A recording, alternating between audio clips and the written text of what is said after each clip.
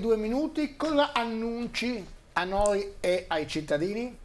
Sì, l'istituzione di uno sportello temporaneo di anagrafe sanitaria nel comune di Fiume Veneto.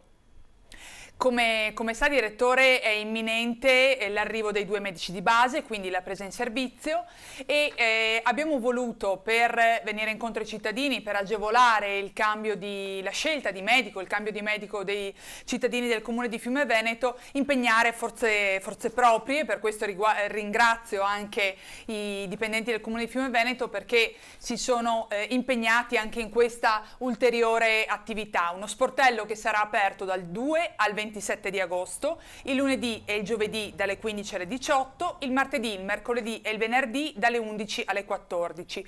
Si troverà dietro i locali della polizia locale, ci saranno comunque tutte le indicazioni, quindi non sarà assolutamente difficile individuare l'ingresso, non servirà l'appuntamento, quindi ci si potrà semplicemente recare allo sportello.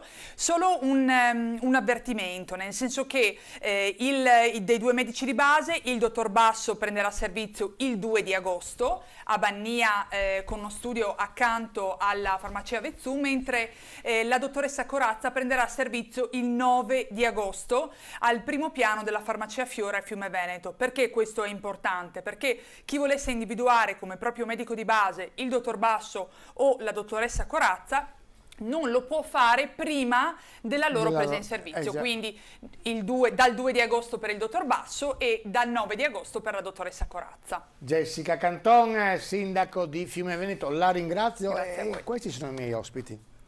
Vengono qua per dare informazioni, non per fare passerelle. Non sono desiderati, tanto per essere chiari. Allora, domenica, anzi, hai